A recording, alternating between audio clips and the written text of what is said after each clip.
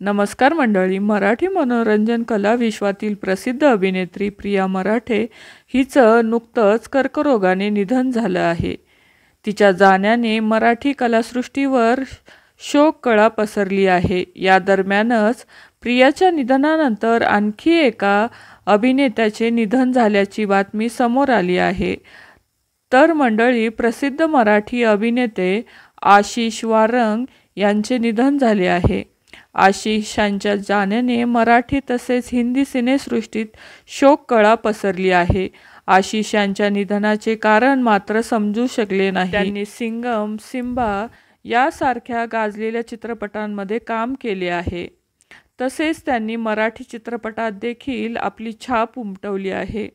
तर मंडळी, अभिनेते आशिष वारंग यांना आपल्या चॅनलच्या माध्यमातून भावपूर्ण श्रद्धांजली.